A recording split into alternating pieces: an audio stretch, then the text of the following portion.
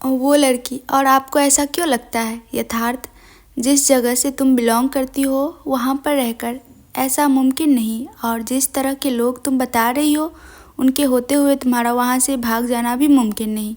वह लड़की यथार्थ की बातों से इरिटेट होकर बोली, तो आप क्या चाहते हैं? मैं उम्र भर यही कैद होकर रह जाऊँ? यथार्थ, मैंने तो ऐसा नहीं कहा। वो लड़की, तो आप क्या कहना चाहते हैं? यथार्थ हल्का सा मुस्कुराते हुए बोला, बताऊंगा, सब कुछ बताऊंगा, लेकिन उससे पहले तुम मुझे अपनी पूरी कहानी बताओगी। वो लड़की, बताऊंगी, मैं भी आपको अपनी पूरी कहानी बताऊंगी, क्योंकि पहली बार कोई मिला है जिसे मेरे वर्तमान से ज़्यादा मेरे अतीत में इंटरेस्ट है। लेकिन पहले मेरी 2 शर्तें हैं। यथार्थ ने उसे देखकर अपनी आंखें तरेरी और बोला, अब तुम शर्त भी रखने लगी? तुम्हें लगता है तुम ऐसे हालात में हो कि तुम अपनी शर्त रख सकती हो? वो लड़की, मैं यहाँ आपको खुश करने के लिए लाई गई हूँ, ना कि अपने अतीत आपके सामने खोलने के लिए। और अगर आप अपनी मनमर्जी का काम चाहते हैं तो उसके लिए मैं अपनी मर्जी की कीमत तो रख ही सकती हूँ। यथार्थ अपनी कोल्ड ड्रिंक पीते हुए बोला, ठीक है, बोलो क्या शर्तें हैं तुम्हारी? वो लड़की, पहली शर्त है कि आप मुझे मेरी पूरी पेमेंट कर देंगे, और दूसरी शर्त है कि आप मुझे कल का पेपर दिलवाने का पूरा बंदोबस्त करेंगे। यथार्थ उसकी तरफ अपना हाथ बढ़ाया और बोला, मंजूर है। उस लड़की ने भी अपना हाथ हिचकिचाते हुए आगे बढ़ाया, यथार्थ के हाथ से मिलाते हुए बोली, तो ठीक है, मैं भी आपको अपने बारे में सब बताने के लिए तैयार हूँ। वो लड़की कुछ कहने जा ही रही थी कि तभी यथार्थ उसे रोकते हुए बोला, एक मिनट, हम दोनों अब तक एक दूसरे का नाम तक नहीं जानते। एक दूसरे के बारे में सब कुछ जानने से पहले एक दूसरे का नाम भी जानना ज़रूरी है। तो पहले हम दोनों एक दूसरे से अपना इंट्रोडक्शन करा ले। वो लड़की तो बस खामोशी सी जुबान और बोलती आंखों से उसे देख ही रही थी। यथार्थ उसके सामने हाथ बढ़ाते हुए बोला, हाय, आई एम यथार्थ Rajawat, the most handsome eligible bachelor and businessman of the India. वो लड़की उसका नाम सुनकर हल्का सा मुस्कुराई और बोली, वैसे तो मेरा कोई खास परिचय है नहीं देने के लिए, लेकिन फिर भी मैं ताहिरा, MBA स्टूडेंट्स और हीराबाई के कोठे पर काम करने वाली मामूली सी एक लड़की, जिसकी ना कोई पहचान और ना ही किसी की कोई ज़रूरत। यथार्थ, तुम्हारी पहचान क्या है और क्या नहीं, या फिर किसी को तुम्हारी ज़रूरत है या नहीं, यह डिसाइड करने वाली तुम होती कौन हो? ये काम तुमसे जुड़े लोगों के हैं तो उन्हीं पर छोड़ दो। वैसे नाम तो ठीक है तुम्हारा ताहिरा, लेकिन इसका मतलब क्या है तुम्हारे नाम का? ताहिरा, मतलब तो मैं बता दूंगी, लेकिन वादा कीजिए कि आप सुनकर हंसेंगे नहीं। यथार्थ, don't worry, I promise I will not laugh. Tahira दबी हुई आवाज़ में बोली, पवित्र औरत। यथार्थ ये सुनकर हंसने लगा और बोला, कुछ ज़्यादा ही उल्टा नाम नहीं रखा है तुम्हारे माँ बाप ने? उसे हंसता देखकर ताहिरा ने मुंह बना लिया और बोली, आपने वादा किया था कि आप हंसेंगे नहीं, और वैसे भी यह नाम मेरे माँ बाप का नहीं बल्कि हीराबाई का रखा हुआ नाम है। मुझे कोठे पर सब लोग ताहिरा नाम से जानते हैं। यह सुनकर यथार्थ को बुरा लगा। फिर वह खुद को सामान्य करते हुए जल्दी से बोला, आई एम सॉरी यार, मेरा वह मतलब नहीं था, लेकिन तुम्हारा असली नाम क्या है? असली नाम? यह सुनते ही ताहिरा की आंखों में आंसू आ गए और वह एकटक यथार्थ के चेहरे को देखने लगी और बोली, इतने साल हो गए, किसी ने ना तो मेरा असली नाम से मुझे बुलाया और ना ही किसी ने मेरा नाम पूछा। मैं तो शायद अपने माँ बाप का दिया हुआ नाम तक भूल चुकी हूँ। यथार्थ ने अपने अंगूठे से उसके आंसुओं को पोंछा और बोला, ऐसा नहीं होता है, माँ बाप का दिया हुआ नाम और अपने माँ बाप को कोई कभी नहीं भूल सकता। ताहिरा ने एक गहरी सी सांस ली और बोली, तुलसी, तुलसी नाम था मेरा। वाह, कितना प्यारा नाम था तुम्हारा। यथार्थ सुनते ही अपनी जगह से उछला और जोर से बोला। उसकी इस हरकत पर ताहिरा को हंसी आ गई और बोली, कौन कहेगा कि आप इतने बड़े बिजनेसमैन हो? यथार्थ तो उसकी निश्चल सी हंसी में खो गया और खोया हुआ सा बोला, तुम्हें देखकर कौन कहेगा कि तुम इतनी मासूम हो? उसकी बात सुनकर ताहिरा खामोश हो गई। तो यथार्थ बोला, तो मैं तुम्हें ताहिरा नहीं बल्कि तुलसी कहूँगा, यह नाम ज़्यादा अच्छा है। वैसे भी जो कुछ भी हमारी अच्छी यादों से जुड़ा हो, हमें यही याद रखना चाहिए। ताहिरा उत्सुकता से बोली, आपको मेरा नाम इतना अच्छा लगा? लेकिन क्यों? यथार्थ, क्योंकि तुलसी नाम से मुझे बेहद प्यार है। यह सुनकर ताहिरा की नज़र उसकी तरफ उठ गई और वह हैरान आंखों से उसे देखने लगी। तो यथार्थ उसके सिर पर हल्की सी टपली मारते हुए बोला, अपने छोटे दिमाग पर ज़्यादा लोड मत लो। तुलसी मेरी दादी का नाम और मैं उनसे बहुत प्यार करता हूँ, समझी तुम? अच्छा तो तुम अब तो मुझे अपनी पूरी ज़िंदगी के बारे में डिटेल में बताओ। वैसे भी हम दोनों के पास पूरी रात है। ज़रूरी तो नहीं जो तुम यहाँ करने आई वही किया जाए। और पेमेंट की तुम चिंता मत करो, जितनी तुम्हारी तय की गई है उसे डबल पेमेंट मिलेगी, ताकि वह हीराबाई तुम्हें कुछ ना कह सके। यह सुनकर तुलसी ने गहरी सांस ली और फिर खुद को सामान्य करते हुए अपने अतीत के पन्नों में खो गई। तुलसी, मैं असम की रहने वाली हूँ साहब। यथार्थ उसे फिर से बीच में ही रोकते हुए बोला। एक तो पहले तुम मुझे यह साहब कहना बंद करो। तुम या तो मेरा नाम लो, नहीं तो तुम मुझे अर्थ भी कह सकती हो, क्योंकि मेरे जितने भी करीब लोग हैं वह सब मुझे अर्थ ही कहते हैं।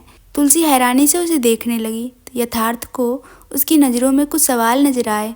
वह उसके सवालों को समझकर उससे बोला, एक मिनट, मुझे गलत मत समझना। मेरे कहने का मतलब था कि अब इतनी देर से मेरे कमरे में हो, हम लोग इतने आराम से बातें कर रहे हैं, मैं तुम्हारा अतीत जानना चाह रहा हूँ और तुम भी मुझे सब कुछ बताने के लिए तैयार हो, तो तुम भी मेरे अपनों में ही शामिल हुई, समझी तुम। इसलिए मेरी बात को अदरवाइज ना लेकर नॉर्मल लोगी तो ज़्यादा अच्छा रहेगा। मैं बस तुम्हें कंफर्टेबल फील करवाना चाहता हूँ। तुलसी उसे देखकर मुस्कुराई और बोली, आप सच में बहुत अच्छे हैं साहब।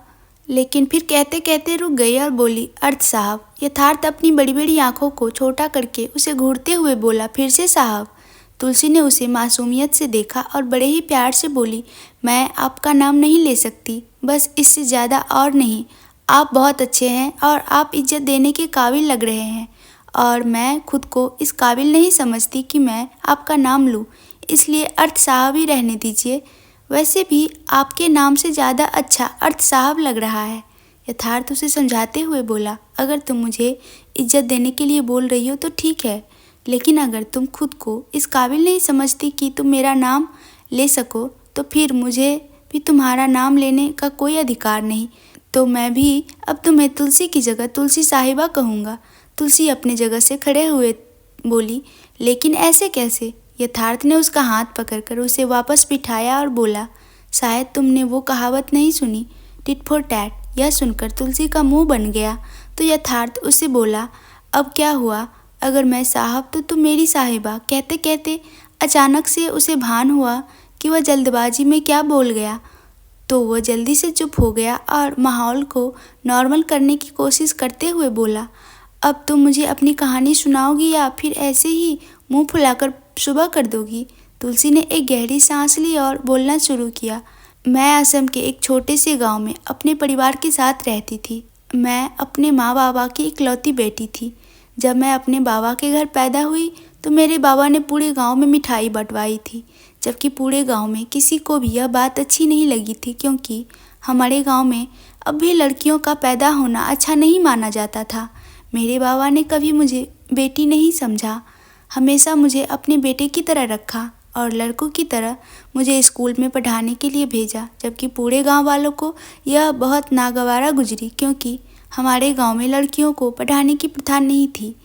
अर्थ उसे बीच में रोकते हुए बोला, मुझे तो समझ नहीं आता कि हमारे देश में लड़कियों को लोग बोझ क्यों समझते हैं। ना जाने लड़कियों ने ऐसा कौन सा गुनाह किया है जो उन्हें लोग पढ़ाते लिखाते नहीं हैं, उन्हें चार दीवारी में बंद करके रखते हैं, उन्हें अपना गुलाम समझते हैं, उनकी ज़िंदगी नर्क से बदतर बना देते हैं। तुलसी यथार्थ को देखकर फीका सा मुस्कुराई और बोली, हर किसी की ज़िंदगी को नर्क बनाने का जिम्मा दूसरे के सर नहीं होता अर्थ साहब। कुछ लोग मेरे जैसे भी बदनसीब होते हैं जो अपनी ज़िंदगी को अपने हाथों से नर्क बना लेते हैं। यथार्थ उसे नासमझी से देखने लगा तो तुलसी बोली, मेरे माँ बाबा मुझसे बहुत लाड किया करते थे, जिसे देखकर पूरे गांव वालों को जलन होती थी, खासकर लड़कियों को, क्योंकि उनके माँ बाप तो उन्हें पैर की जूती भी नहीं समझते थे। उनके माँ बाप उनसे सारे घर का काम करवाते, उन्हें भला बुरा कहते, मारपीट करते और खाने को भी ढंग से नहीं देते थे। लेकिन मेरे माँ बाप ऐसे नहीं थे। मेरे बाबा बहुत ज़्यादा अमीर नहीं थे, लेकिन इतने गरीब भी नहीं थे कि वह मेरी ज़रूरत को पूरा ना कर सके। वह मेरी हर जिद को ऐसे पूरा किया करते थे जैसे लोग अपने लड़कों की जिद को करते थे, और इस वजह से मैं कुछ जिद्दी घमंडी भी हो गई थी। माँ कभी मुझ पर रोक टोक लगाने की कोशिश करती भी थी तो बाबा मेरा पक्ष ले लिया करते थे, जिस वजह से मुझ पर कभी किसी बात का कोई असर नहीं हुआ। मुझे इस तरह से स्वतंत्र देखकर गांव वाले अक्सर बाबा से कहा करते थे कि लड़कियों को इतनी छूट देनी सही नहीं, इतनी छूट देने से लड़कियां बिगड़ जाती है और माँ बाप के मुंह पर कालिक पोत कर चली जाती है। कहकर तुलसी कुछ पल के लिए खामोश हो गई, फिर एक गहरी सांस लेकर यथार्थ को देखते हुए बोली, जानते हो अर्थ साहब, जब मेरे बाबा को ऐसा कहता था तो वो क्या जवाब देते थे? यथार्थ भी खोया हुआ सा बोला, क्या जवाब देते थे तुम्हारे बाबा? तुलसी फीका सा मुस्कुराकर बोली, वो कहते थे, मेरी तुलसी मेरी बेटी नहीं बेटा है और वह बड़े होकर मेरा नाम रोशन करेगी। वह बड़े होकर जब कुछ बन जाएगी ना, तब तुम सब लोग देखना। बेटी मेरा गुरूर है, घमंड है और वह ऐसा कुछ नहीं करेगी जिससे मेरी इज्जत पर कोई आँच आए। लेकिन उन्हें क्या पता था कि जिसे वह अपना गुरूर और अपना घमंड समझ रहे हैं, एक दिन वो ही उसकी इज्जत को लात मारकर उसके गुरूर और घमंड को अपनी चंद खुशियों की खातिर अपने पैरों तले रौंद कर और उसके मुंह पर कालिक पोत कर चली जाएगी। यथार्थ उसकी बात का मतलब समझते हुए बोला, चली जाएगी मतलब? क्या तुम किसी के साथ अपने गांव से चली आई थी? आई मीन टू से कहते कहते वह खामोश हो गया, क्योंकि इससे आगे के शब्द वो कहना नहीं चाहता था और ना ही सुनना। तुलसी बेबसी से बोली, हाँ, आप जो सोच रहे हैं वो सही है अर्थ साहब। जो बात आपकी जुबान तक आते आते रह गई वो झूठ नहीं बल्कि मेरी ज़िंदगी का सबसे बदनसीब सच है। और वो दिन मेरी ज़िंदगी का सबसे बदनसीब दिन था। मेरे माँ बाबा चाय के बागान में काम किया करते थे। मैं सुबह स्कूल जाया करती थी और शाम को अपने बाबा का हाथ बटाने के लिए चाय के बागान में पहुंच जाया करती थी। हालांकि मेरे बाबा को काम करना पसंद नहीं था, लेकिन मेरे चेहरे की खुशी देखकर वह मुझे मना नहीं करते थे। उस वक्त मैं 14 साल की थी और 9वीं कक्षा में पढ़ती थी। तभी हमारे गांव में एक रसूखदार परिवार आया। उन्होंने चाय के बागान खरीदे। उनका एक बेटा था। असल में लोगों को तो लगता था कि वह उनका बेटा है, लेकिन वह उनका बेटा नहीं बल्कि उनके परिवार में काम करने वाला एक नौकर था। लेकिन वह इस तरह से बन ठन कर रहता था कि कोई भी नहीं कह सकता था कि वह कोई नौकर का बेटा था। उनकी उम्र कोई 20-21 साल रही होगी। जब भी बन ठन कर गाँव में निकलता, हर एक लड़की की निगाह उस पर होती थी, लेकिन वह कभी किसी पर निगाह नहीं डालता। हम जैसी सीधी सादी गाँव की लड़कियों के लिए यह एक बहुत ही नया अनुभव था। जब भी मैं स्कूल से आती, वह लड़का मुझे अक्सर रास्ते में मिल जाया करता था।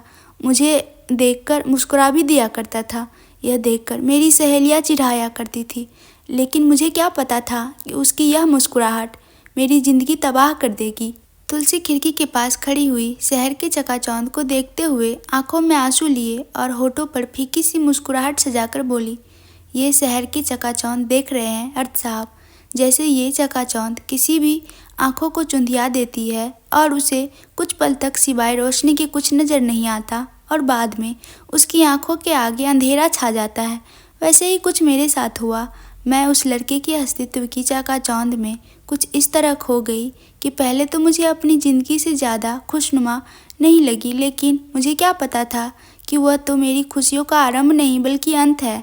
मेरी ज़िंदगी एक गहरे अंधकार में जाने वाली है। यथार्थ भी तुलसी के पास आकर खिड़की के दूसरे छोर पर खड़ा हो जाता है और उसे देखते हुए कहता है, काफ़ी बार हमारे साथ वह सब हो जाता है तुलसी, जो कभी हमने सपने में भी नहीं सोचा होता। तुमने तो उससे मोहब्बत की थी, तुम्हें क्या पता था कि वह तुम्हें मोहब्बत में धोखा दे जाएगा। फिर कहीं खोए हुए से लहजे में कहता है, मोहब्बत करना हमारा काम होता है। अब वो हमारी ज़िंदगी को आबाद करती है या बर्बाद, ये तो मोहब्बत करने के बाद ही पता चलता है। तुलसी की आंखों में देखते हुए कहती है, लगता है आप भी मोहब्बत में चोट खाए आशिक है। यथार्थ, चोट खाए नहीं, धोखा खाए। छोड़ो मेरी बात, यहाँ बात तुम्हारी हो रही थी, मेरी नहीं। वो बात को बदलते हुए बोला और तुलसी का हाथ पकड़कर उसे सोफे पर बिठा दिया और खुद उसके सामने बैठ गया। तुलसी भी उसकी हालत को समझते हुए कुछ न बोली और फिर से उसे अपने बारे में बताने लगी। पहले पहले तो मैंने उसे बहुत इग्नोर करने की कोशिश की, लेकिन जब वह मुझे रोज़ ही नज़र आने लगा तो मुझे भी उसकी आदत हो गई। शायद मैं भी उम्र के उस पड़ाव पर थी जब विपरीत लिंग की तरफ आकर्षण होना स्वाभाविक होता है, लेकिन उस कच्ची उम्र में इतनी समझ नहीं होती कि हमारे लिए क्या सही है और क्या नहीं। पहले उसका मेरा मिलना सिर्फ इत्तेफाकन हुआ करता था, लेकिन धीरे धीरे वो इत्तेफाक अब रोज़ होने लगा। पहले वो मुझे देखकर मुस्कुराता था, अब मैं भी बदले में मुस्कुराने लगी। धीरे धीरे हम लोग अक्सर छुप छुप कर मिलने भी लगे। पहले हम दोनों के बीच दोस्ती हुई, फिर वह दोस्ती कब प्यार में बदल गई मुझे पता नहीं चला। एक दिन उसने मुझसे कहा कि वह मुझसे शादी करना चाहता है। मैं तो यह सुनकर खुशी से फूले नहीं समा रही थी।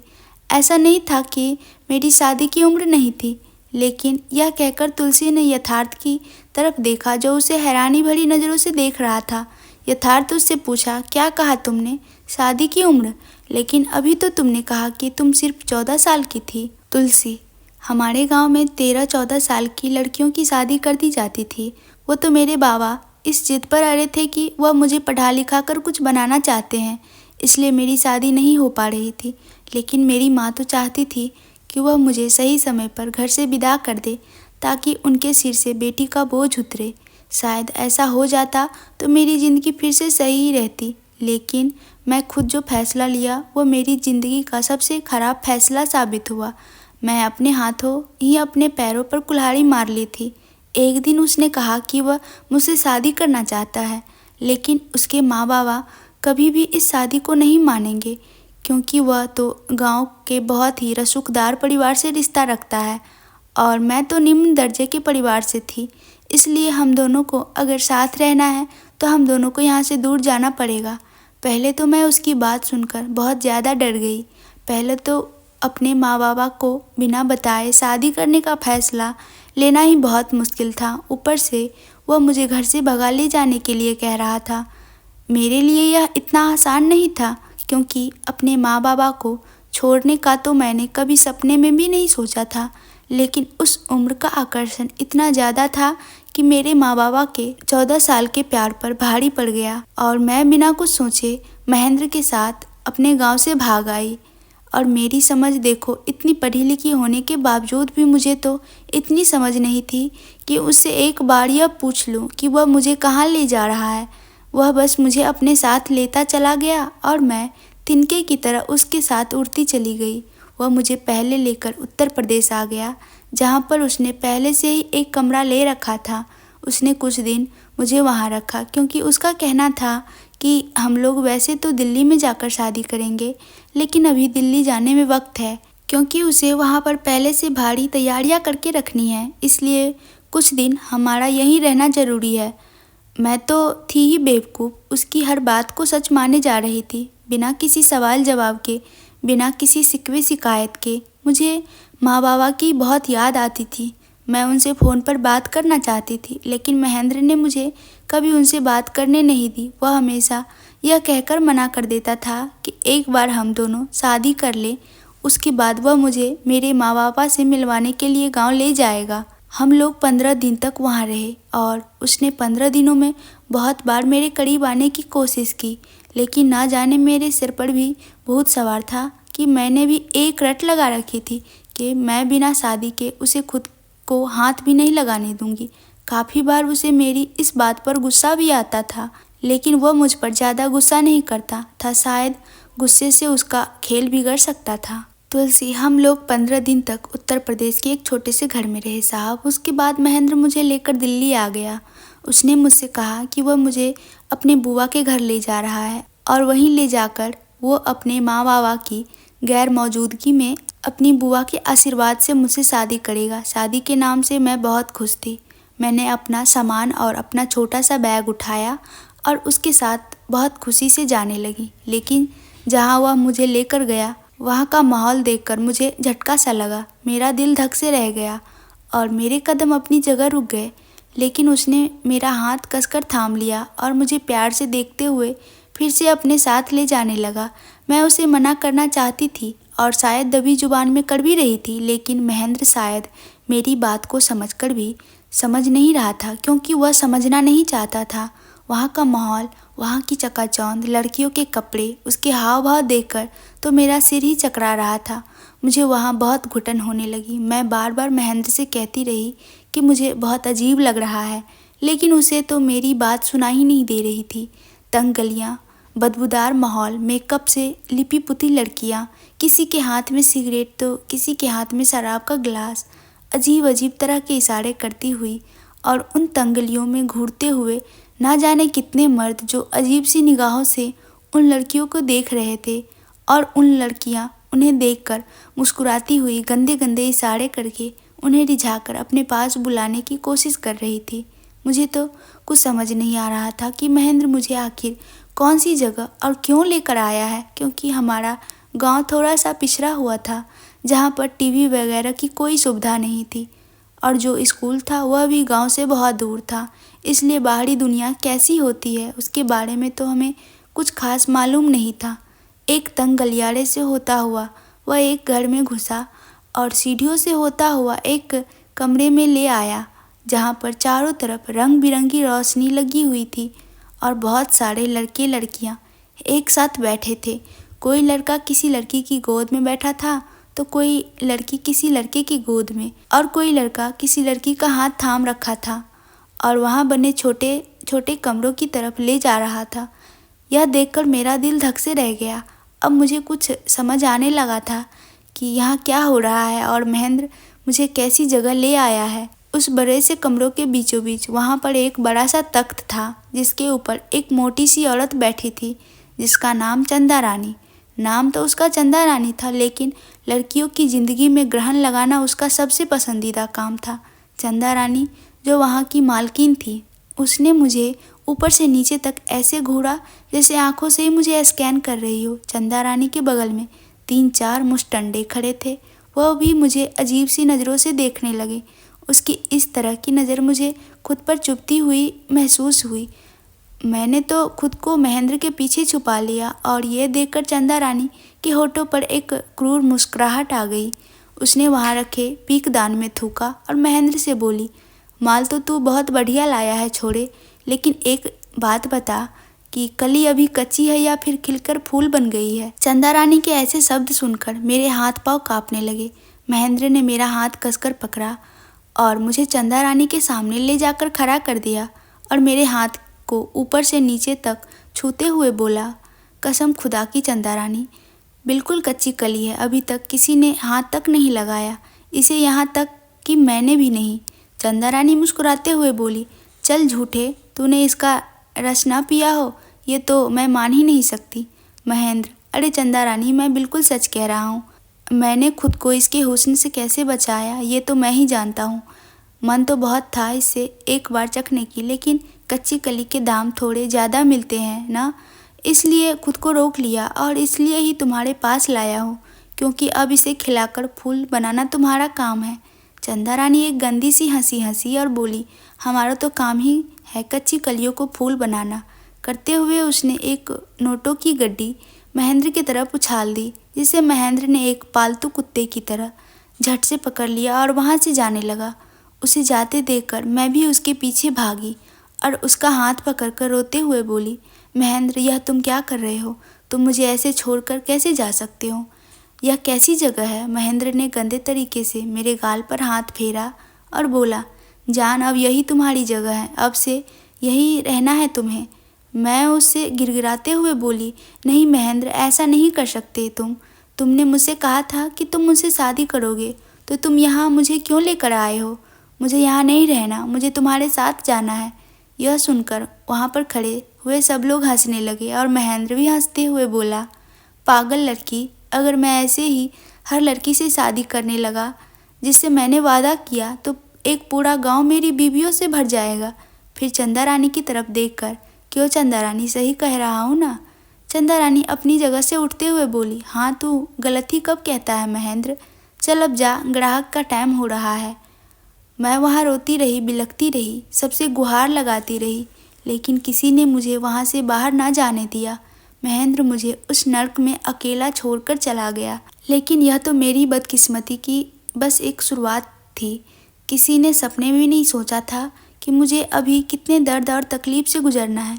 चंदा रानी तो मेरी मोटी रकम वसूलना चाहती थी, इसलिए किसी ऐसे ग्राहक का इंतज़ार कर रही थी जिसे मेरी तरह की कम उम्र की और कुंवारी लड़कियां चाहिए होती थी।